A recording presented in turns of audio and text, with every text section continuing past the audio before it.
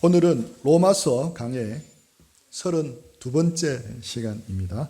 인생의 고난 속에서라는 제목으로 말씀을 나누기를 원합니다. 인생은 신비라고 할 수 있습니다.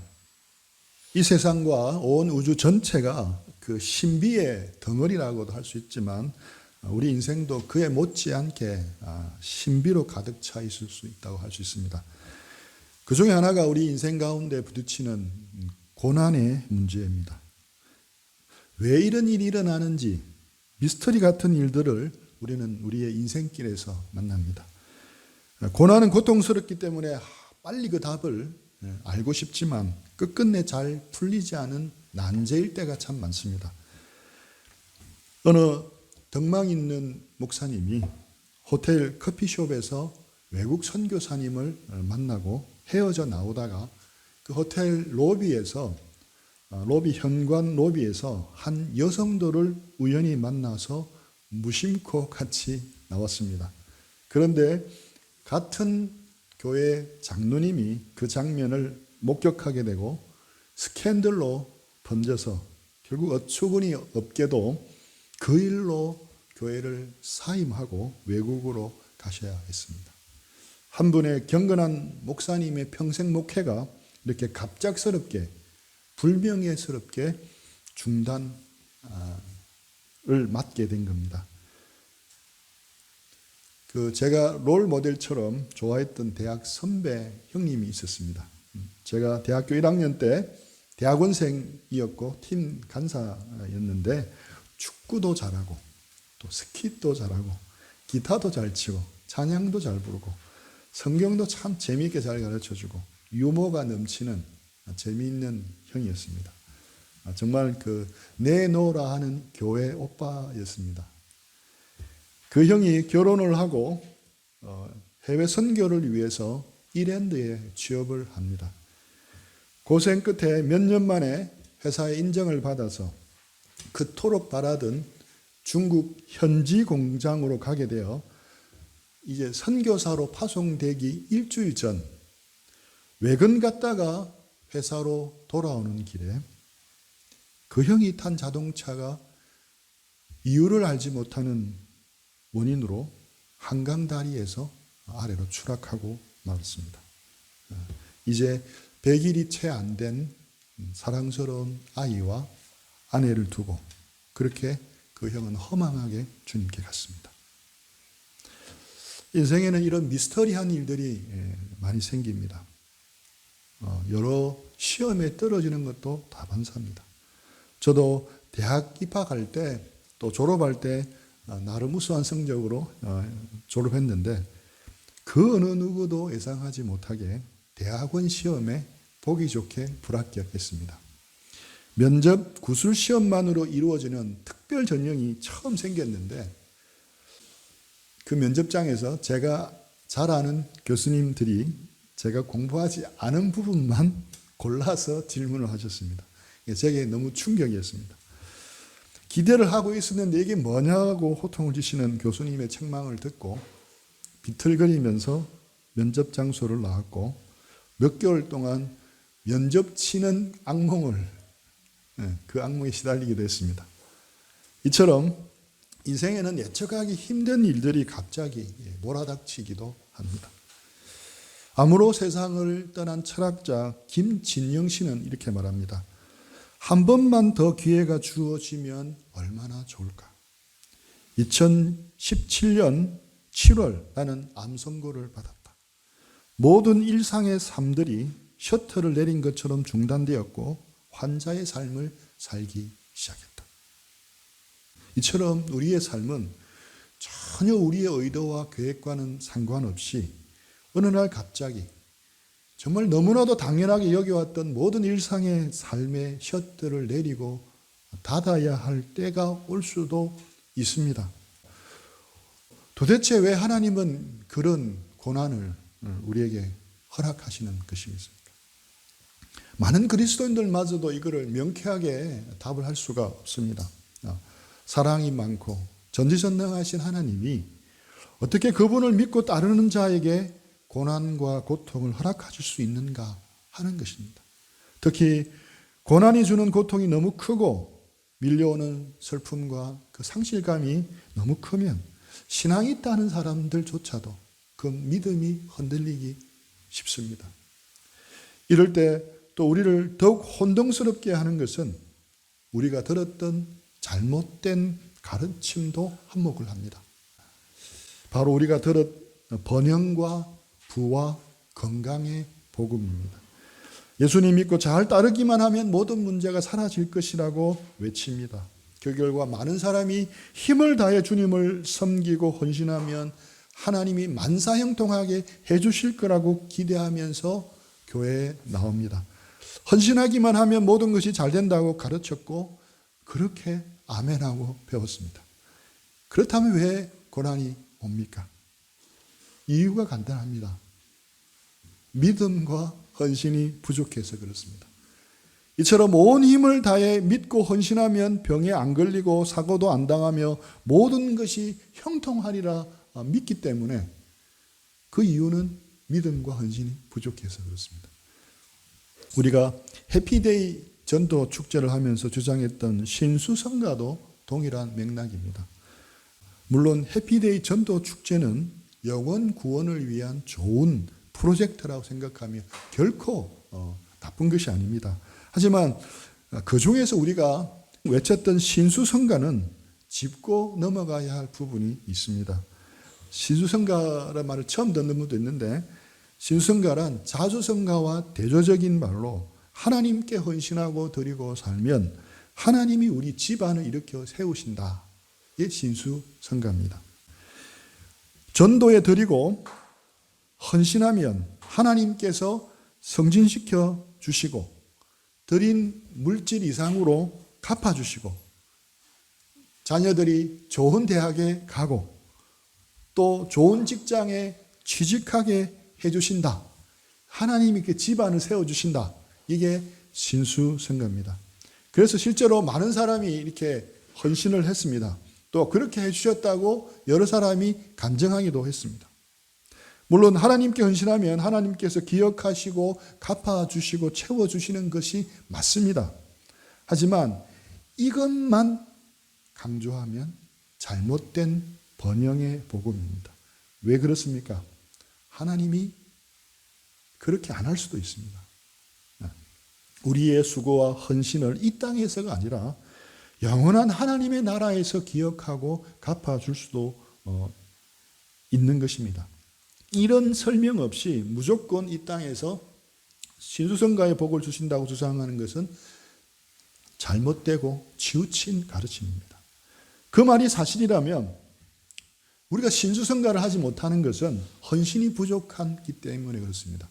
그 말이 사실이라면 사도 바울도 우리 히브리서 11장의 그 마지막 부분에 자신들의 그 신앙을 지키기 위해서 고난받고 순교한 무명의 사람들 모두들 헌신이 부족한 사람이 되어버립니다.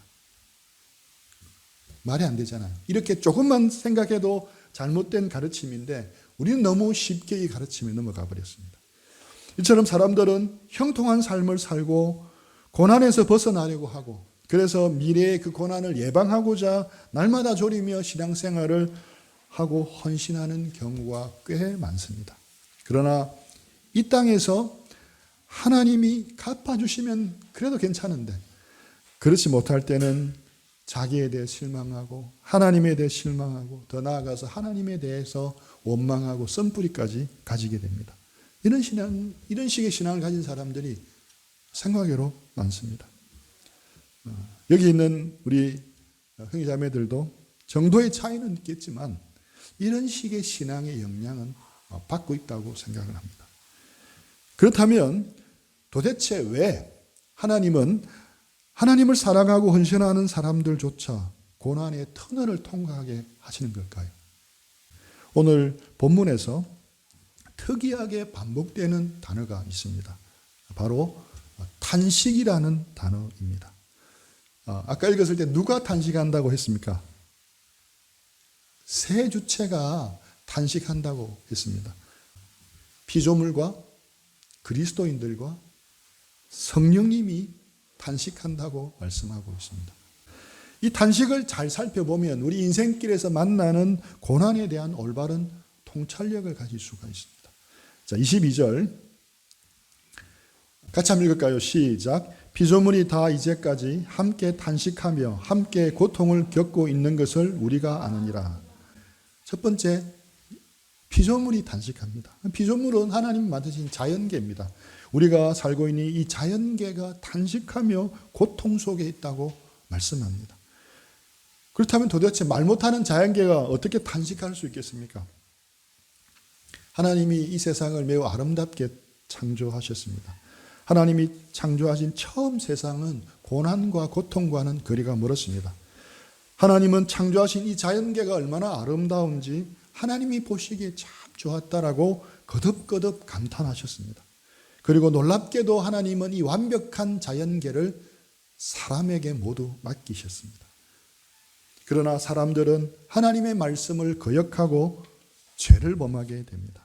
인간이 범죄한 결과 하나님이 지으신 그 아름다운 땅에 질병과 천재지변과 부패와 죽음이 찾아오고 말았습니다. 우리가 겪는 고난과 고통과 불행한 여러 일들은 원래부터 하나님이 창조하시고 원하셨던 것이 아닙니다. 하나님이 만드신 자연에는 천재지변이 없었습니다. 처음 창조된 우리 몸에는 암도 질병도 없었습니다. 하나님은 우리가 하나님을 경배하며 기뻐하도록 그렇게 창조하셨습니다. 죽음도 하나님의 계획이 아니고 고통도 하나님의 계획이 아니었습니다. 그러면 모든 죽음, 모든 고통은 고난 누구로부터 시작된 겁니까? 바로 사람입니다. 사람의 죄가 얼마나 심각했던지 사람이 타락할 때 피조물도 타락했습니다. 사람이 정죄받을 때 자연계도 정죄를 받은 겁니다. 로마서 8장 20절 피조물이 허무한데 굴복하는 것은 자기 뜻이 아니요 오직 굴복하게 하시는 이로 말미암음이라. 피조물이 허무한데 굴복했다는 것이 무슨 뜻입니까? 여기에서 허무함은 무질서하게 된 것으로 원래 본래의 목적과 의도에서 완전히 벗어나 다른 길로 가고 있다는 것을 뜻합니다. 지금 자연계는 이 허무함이 지배를 하게 되었습니다. 그렇다면 자연은 왜 이렇게 허무하게 된 것입니까? 이 구절에서 뭐라고 말씀합니까? 오직 굴복하게 하시는 이로 말미암음이라. 여기서 굴복하게 하시는 이는 누굽니까? 하나님입니다. 하나님은 그분이 만든 자연이 허무함에 굴복되도록 허락하셨습니다. 그 이유가 뭡니까? 인간의 범죄 때문입니다. 아담이 죄를 범한 이후 하나님은 아담을 찾아와 그를 벌하시면서 이렇게 말씀하십니다. 창세기 3장 17절 아담에게 이르시되 내가 네 아내의 말을 듣고 내가 네게 먹지 말라 한 나무 열매를 먹었은즉 땅은 너로 말미암아 저주를 받고 너는 네 평생에 수고하여야 그 소산을 먹으리라. 왜 우리가 평생토록 수고하고 땀을 흘려야 합니까? 왜 이렇게 사는 게 힘듭니까? 왜 우리가 고통을 받습니까? 그것은 인간이 지은 죄의 결과 자연계가 당하는 고통입니다. 자연계가 허무함에 굴복하게 되어 우리에게 고통이 찾아온 겁니다. 그래서 이런 땅에 살면서 고난은 피할 수가 없습니다. 믿음 좋은 사람이 암에 걸릴 수 있습니까? 헌신적으로 주님을 위해 사는 사람에게 사고가 찾아올 수 있겠습니까? 신앙생활 잘하는 사람에게 사업에 실패할 수가 있습니까? 또 가난하게 살 수가 있습니까? 대답은 뭡니까? 모두 그렇다 합니다. 모두 그렇다. 그것이 바로 이 땅의 삶이라고 하나님은 말씀하십니다. 그것이 이 땅에 있는 동안 우리가 걸어가야 할 길인 것입니다. 네. 두 번째, 그리스도인들이 단식합니다. 네. 피조물이 단식하는 것과 함께 그리스도인들도 단식합니다. 로마서 8장 23절 같이 한번 읽을까요? 시작. 그뿐 아니라 또한 우리 곧 성령의 처음 익은 열매를 받은 우리까지도 속으로 단식하여 양자될 것 곧 우리 몸의 속량을 기다리느니라. 아멘. 여기에 우리가 고통을 받는 중요한 이유가 나옵니다. 왜 고통받습니까? 우리 인간이 죄를 지어서 가장 피해를 본 것은 우리 자신입니다. 또 우리로 말미암아 모든 자연이 허무에 굴복하게 되었고 그에 따라 우리의 고통은 더 커졌습니다.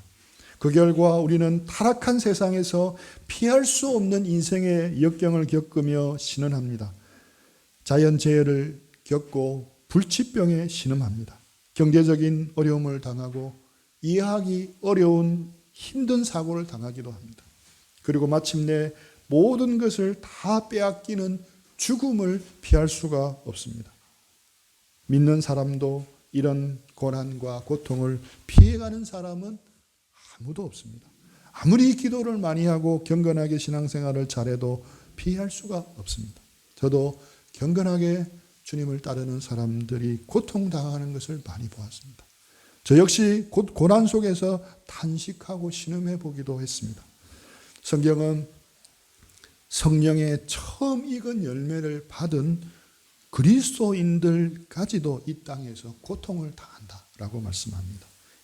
이것이 하나님의 말씀입니다. 믿음이 부족해서만 당하는 고통이 아닙니다. 우리의 죄의 결과 자연계와 더불어 고통을 받는 겁니다.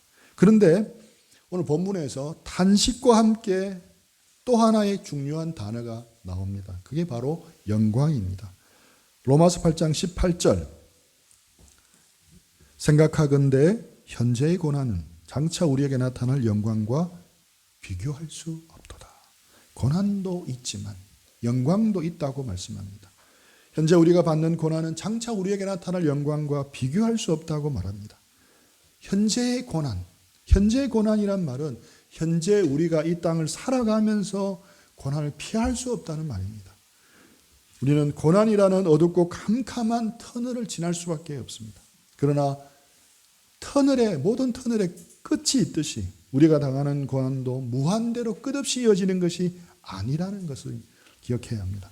하나님은 비록 죄를 벌하려고 피조물을 허무함에 굴복하게 하셨지만 그것이 끝이 아닙니다. 하나님은 자연계와 우리를 고난에서 해방시키신다고 말씀하시고 하나님은 완벽하게 그 계획을 이루십니다. 그 방법이 무엇이겠습니까? 그 방법이 바로 로마서에서 이토록 외치고 있는 복음입니다. 우리의 행위를 통해서가 결코 아닙니다. 우리가 죄에서 고난에서 벗어나기 위해 더 열심히 주님을 위해 헌신하고 봉사해야 한다면 우리에게는 소망이 없습니다. 그러나 하나님의 방법은 놀라웠고 달랐습니다. 우리의 고통을 보시고 안타깝게 여기신 하나님은 성자 예수님을 이 땅에 보내셨습니다. 독생자 예수님은 갈보리 십자가 위에서 우리의 죄의 결과로 우리가 받아야 할 모든 죄값을 담당하셨습니다. 그래서 사도 바울은 로마서 8장 1절에서 이렇게 외치는 겁니다. 그러므로 이제 그리스도 예수 안에 있는 자에게는 결코 정죄함이 없나니. 이것이 바로 하나님의 놀라운 방법이고 복음입니다.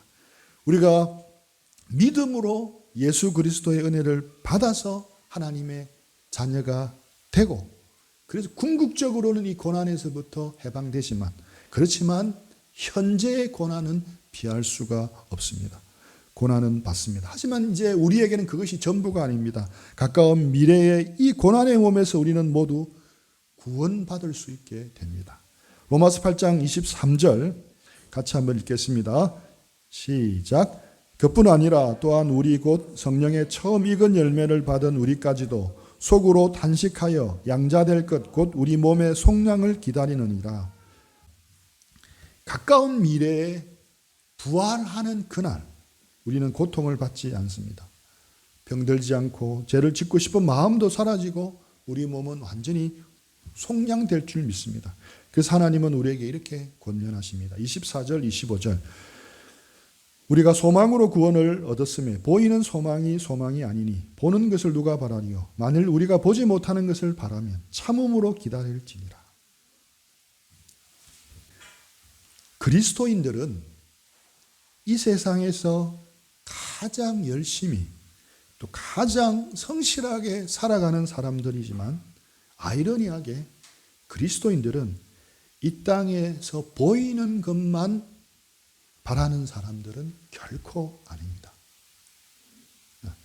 우리가 예수님을 믿었기 때문에 믿지 않는 자들보다 좀 더 물질을 가지고 병에 덜 걸리고 사고 없이 더 안전하게 사는 것이 우리의 소망의 전부가 아닙니다. 이런 것이 전부라면 그것은 기독교 신앙이 아니라 부와 건강과 번영의 복음이라는 기형적이고 돌연변인적인 신앙입니다. 마태복음 13장 44절 같이 한번 읽겠습니다. 천국은 마치 밭에 감추인 보화와 같으니 사람이 이를 발견한 후 숨겨두고 기뻐하며 돌아가서 자기의 소유를 다 팔아 그 밭을 사느니라. 오히려 영원한 하나님의 나라에서 보상받기 위해서 이 땅의 모든 것을 다 팔아서 그것을 사는 사람들입니다. 기독교 신앙은 이 땅에서 열심히 성실하게 살아가지만 이 땅이 전부가 아닌 줄 알기 때문에 그렇게 투자하며 살아가는 사람입니다.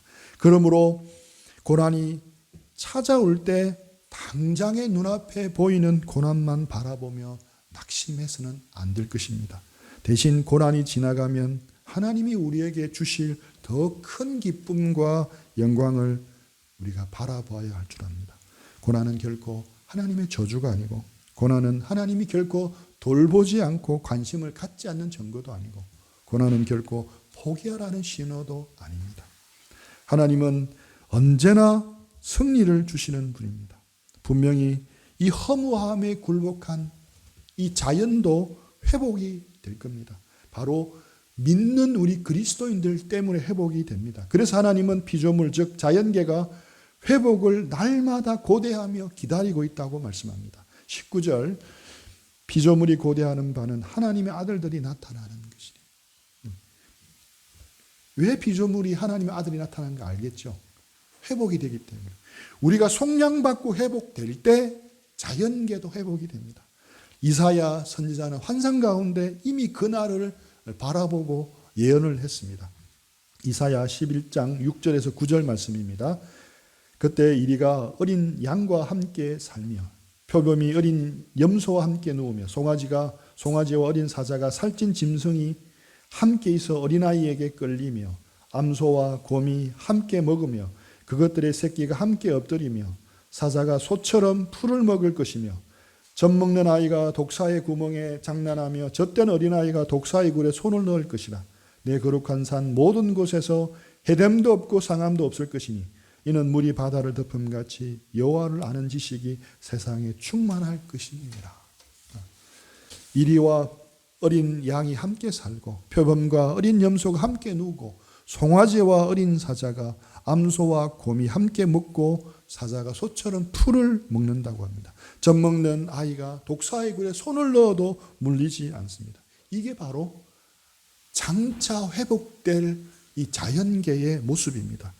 우리는 그 회복된 자연계의 모습에서 부활한 몸으로 영원히 살아가게 되는 겁니다. 우리는 지금 비록 고난을 받지만 장차 우리 자신뿐 아니라 자연계도 회복시킬 수 있는 존재입니다. 그래서 우리는 그날을 바라보고 인내해야 한다고 말씀하고 있는 겁니다. 기다리고 인내해야 된다. 로마서 8장 26절. 자, 누가 한번 읽어주시겠습니까?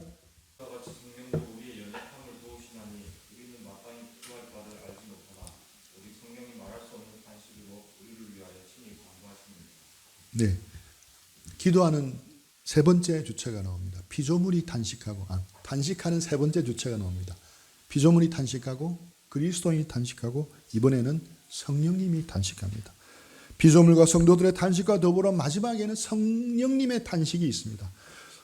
허무함에 굴복한 자연계가 단식하고 죄를 지은 우리가 단식하는 건 이해가 되지만 거룩하고 전능하신 성령님께서 어떻게 단식할 수 있겠습니까? 성자 하나님은, 예수님은 무리를 보시고 불쌍히 여기시고 멸망할 예루살렘을 보시면서 오셨습니다. 이와 마찬가지로 우리 속에 계신 성령 하나님도 우리가 아파하는 모습, 고통받는 모습을 보시고 우리를 위해서 탄식하고 계신 겁니다. 성령님은 어떤 분이냐?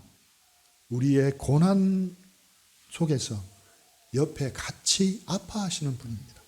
그리고 우리와 함께 고난을 견디시는 겁니다. 때로 우리는 하나님이 왜 우리의 고난을 돌보지 않는지 섭섭한 마음이 들기도 하겠지만 그것은 오해입니다. 우리 안에 계신 성령 하나님은 우리가 아파할 때 말할 수 없는 탄식으로 함께 아파하십니다. 우리가 고통 속에 눈물을 흘릴 때 말없이 우리와 함께 울어주시는 분이십니다. 그런데 우리는 그 고통 앞에서 무기력하지만 성령님은 결코 무기력하지 않습니다. 우리는 무엇을 위해서 기도해야 될지도 모르지만 성령님은 다 알고 계십니다. 우리의 고난과 고통의 이유를 모를 때가 우리는 많지만 왜 이런 고난을 주시느냐고, 왜 이렇게 고통스럽게 만드냐고 하나님 따져 묻기도 하지만 그러나 그 순간에도 성령 하나님은 다 알고 계십니다.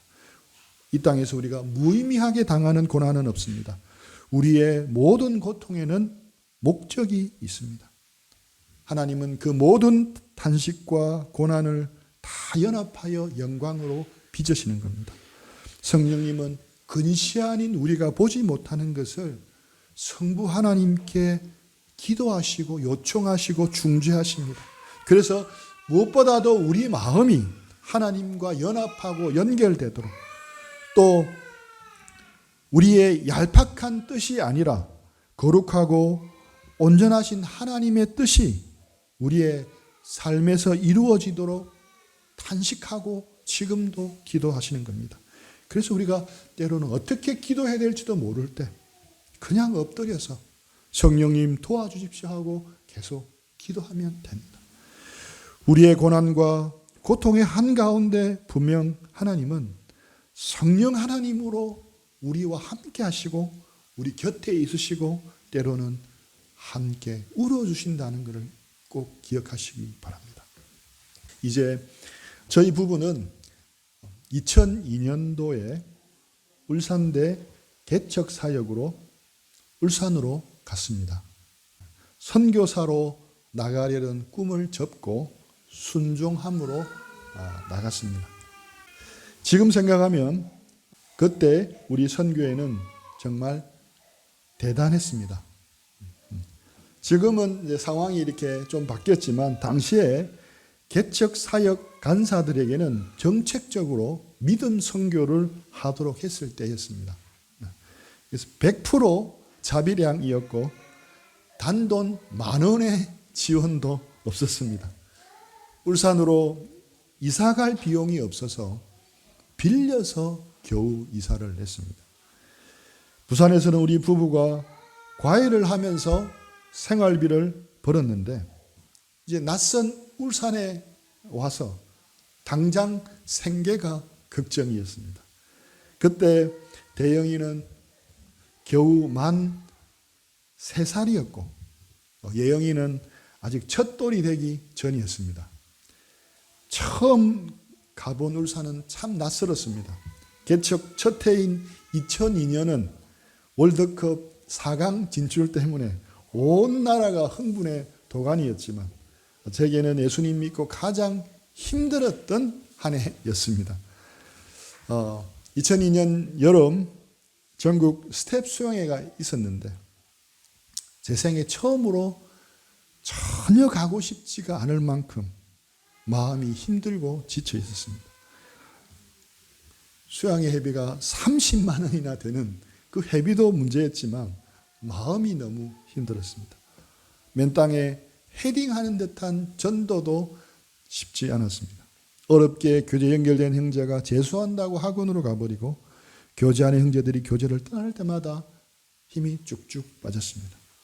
그의 감기 몸살로 이어진 알레르기성 천식이 불어닥친 황사 때문에 더욱 심해졌고 원인을 알 수 없다는 알레르기성 눈병으로 자주 눈이 충혈되어서 본의 아니게 눈물을 흘리면서 캠퍼스에서 복음을 전하였습니다. 생계를 위해서 과외 전단지를 수백 장 인쇄해서 낮에는 가서 붙이기가 좀 그래서 새벽과 밤늦게 아파트를 돌면서 붙였습니다. 새로 지은 아파트는 들어갈 수도 없어서 전봇대에도 붙였습니다. 붙일 수 있는 데는 하여튼 다 붙였습니다. 우연찮게 전봇대에 붙여놓은 전단지가 바람에 떨어져서 날리는 것을 한 분이 주워보시고 전화가 와서 과외가 연결되고 또 정말 감사하게 친구들까지 해서 4명이 갑자기 과외를 하게 되었습니다. 정말 극적으로 먹여 살리시는 하나님의 은혜였습니다. 나름 열심히 캠퍼스에서 낮에는 전도를 하고 저녁에는 또 아이들 과외를 하고 했었는데 그런데 그만 아이들이 중간고사를 망쳐버렸습니다. 성적이 잘 안 나오니까 갑자기 모두들 과외를 냉정하게 끊어버렸습니다. 과외는 선불이라 통장에 돈도 바닥이었습니다. 진퇴양난의 느낌이었습니다. 그 점에 캠퍼스에 가서 전도하다가 너무 힘들어서 아무도 없는 그 빈 강의실에 주저앉아 버렸습니다. 사역자로서 사역에 대한 부담감이 참 컸습니다. 또 거기에다가 사역이 잘 풀릴 길이 보이지 않았습니다. 그러다 보니 신세가 너무 처량해 보였습니다. 또 가장으로서 집에 있는 아내와 아이들을 생각하다 보니 저절로 이렇게 눈물이 났습니다. 그래도 참고 하나님이 주신 약속을 붙들고 생각하고 기도하려고 마음을 추스렸고 생각나는 찬송을 부르다가 그만 그 강의실에서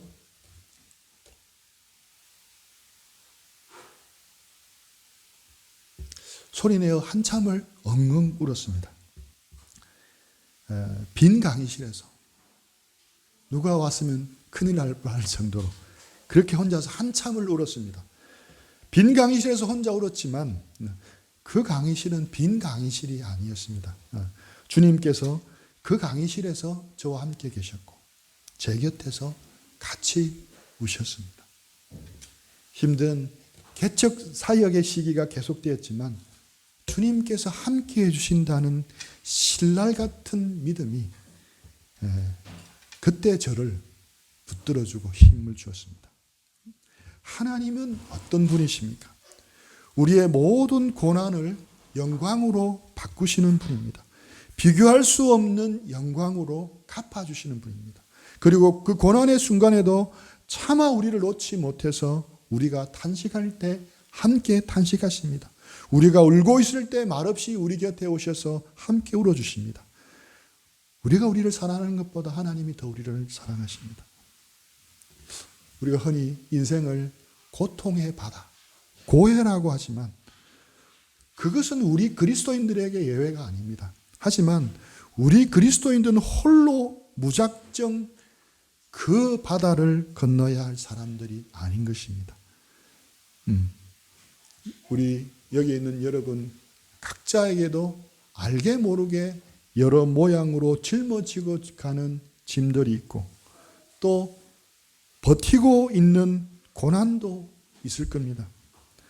때로는 그것이 너무 무겁고 힘들어서 모든 것을 포기하고 싶고 어디론가 도망치고 싶을 수도 있습니다. 그때 우리가 바라보고 소망해야 할 영광이 있다는 걸 알아야 합니다. 그때 우리 인생길은 결코 혼자 걷는 것이 아니며 함께 같이 걸어주시는 주님이 있다는 걸 우리가 꼭 기억해야 합니다.